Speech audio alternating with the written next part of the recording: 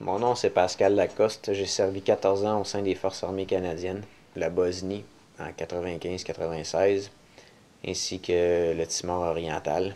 J'étais caporal, j'étais dans les Airborne, les bérets marrons, puis je m'entraînais très très fort pour aller au GTF2, les Special Forces. Je suis diagnostiqué stress post-traumatique, fibromyalgie. J'ai eu la dengue fever, Lyme disease, méningite. Je souffre d'un problème que légalement il n'existe pas au Canada, je suis radioactif. Dans la jungle au Timor oriental,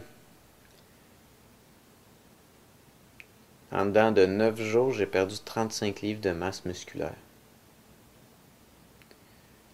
Là-bas, ils ne savaient pas ce qui se passait.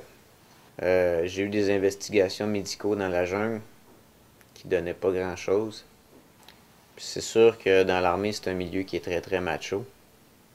Fait que t'as pas le droit d'être malade, surtout pas quand t'es dans l'infanterie pis t'es airborne pis tout ça. Fait que ben, les gens intelligents ils ont compris, puis les imbéciles m'ont jugé. Se faire juger par ses frères d'armes, ça fait mal. Ça fait très très mal. J'ai été rapatrié très malade en avion de l'Australie au Canada, c'est 36 heures dans des conditions pitoyables. À l'aéroport de Québec, il n'y avait aucune autorité militaire qui m'attendait. Pourtant, j'étais rapatrié raison médicale. Quand je suis entré dans ma maison, j'ai pogné mon premier mur. Parce que regardez, quand vous revenez d'une mission glorieuse ou mort, la fanfare, les journalistes puis les ministres vous attendent. Heureusement, aujourd'hui, ça l'a changé. Mais moi, quand je suis revenu d'une mission blessé, il a fallu que je prenne le taxi. Il n'y avait pas un chat qui m'attendait à l'aéroport. J'ai serré les dents, je me suis rendu chez nous. J'ai entré dans la maison, vide, honteux, humilié. Je suis tombé dans mon lit. 9 jours plus tard, sans jamais m'avoir levé de mon lit une seule fois, j'étais épuisé, malade autant physiquement que psychologiquement. Tu perds pas 35 livres de masse musculaire pour rien. J'ai pris le téléphone avec la force du désespoir, parce que 9 jours à pas manger, pas boire et à souiller ses draps. J'ai appelé l'armée, lui dit j'étais en train de mourir, pouvez-vous venir me chercher? On dit ah, t'es en dehors de la base, c'est pas notre problème.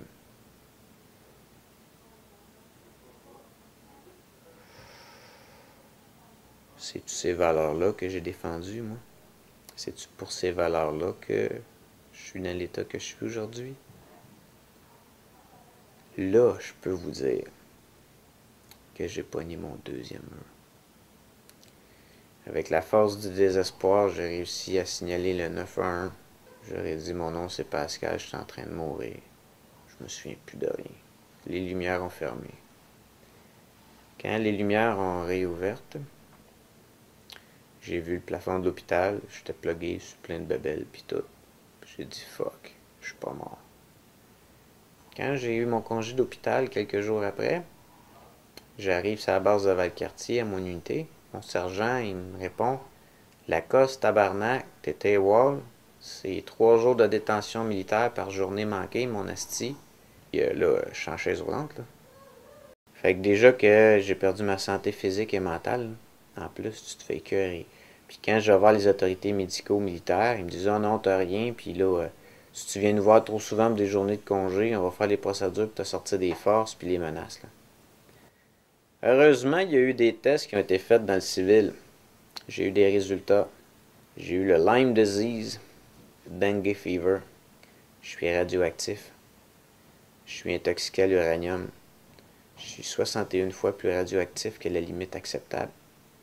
L'OTAN utilisait des missiles à tête à l'uranium.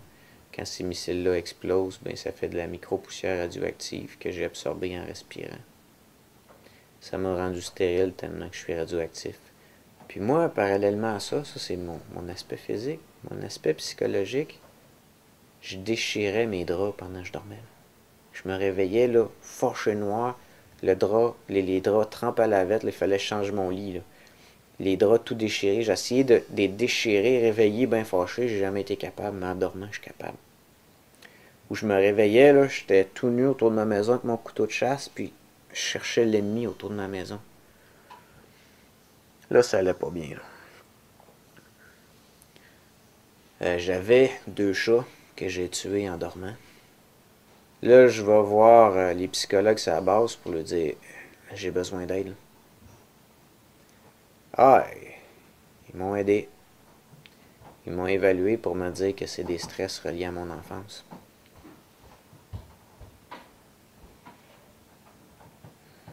J'ai dû avoir une enfance pas pire pareil, hein, pour me promener autour de ma maison avec un couteau, puis que quand j'entends des bébés pleurer, je me mets à vomir.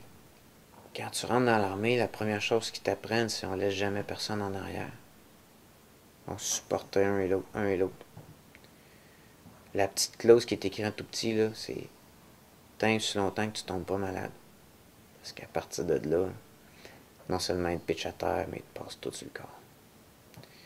Puis j'étais rendu dans le bureau du député fédéral. Puis là, l'armée accepte que j'aille faire des tests dans le civil.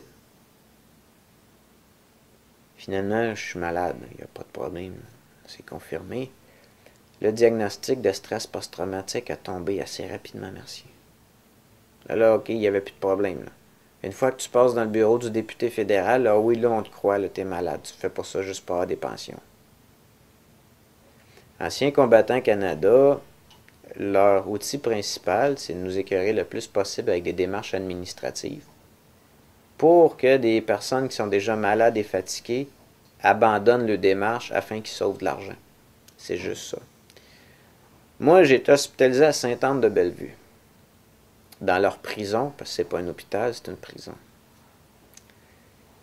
Moi, j'allais là avec l'intention ferme d'évoluer dans ma maladie, mais positivement. J'ai été assez déçu, merci. J'ai une chambre que je suis seul dedans. Je te dis, n'ouvrez pas la porte. Cognez à la porte. Puis, n'entrez surtout pas dans la chambre pendant que je dors. C'est dangereux pour vous. Parce que quand tu dors, tu es vulnérable, puis c'est là que l'ennemi peut t'avoir. Fait que tu fais comme un dauphin, tu dors juste sur un œil. Ils n'ont même pas été capables de respecter ça. Il y a une madame qui est rentrée dans ma chambre, pareil comme ça rentrait, je sais pas moi, d'un dépanneur. Ben, je dormais, puis en dormant, je l'ai attaqué. Qu'est-ce que ça a fait? Ça a fait que tout le staff de l'hôpital d'Anciens Combattants Canada m'a étiqueté que je suis un gars violent, puis que j'en veux aux fonctionnaires d'Anciens Combattants Canada. Donc, ils m'ont tout de suite jugé coupable, puis ils m'ont tout de suite mis sur la blacklist, en partant. Quand j'allais dans le bureau de la psychologue, je commence à vouloir vider mon sac. Ça fait même pas 30 secondes que je parle, puis elle dit « Arrête, c'est trop violent pour moi. » Puis Sainte-Anne-de-Bellevue me sacrait dehors de l'hôpital parce que je demandais trop de soins. Je me fais hospitaliser parce que j'ai des problèmes de santé dans le seul hôpital de vétérans au Canada. Puis ils me foutent dehors, ils me foutent à la porte parce que je demande trop de soins. Ils se sont débarrassés de moi, pareil comme l'armée a fait. Je me suis viré de bord. Ma blonde puis mes amis, j'ai essayé de passer du meilleur temps possible. C'est grâce à mon support sociable, ainsi que d'autres vétérans, en supportant nous autres, là, ensemble, puis tout, c'est de même que ça m'a sorti du trou. Puis au lieu de prendre des antidépresseurs, là, puis de me pourrir le système digestif puis la santé avec ça, je m'entraîne le plus souvent possible.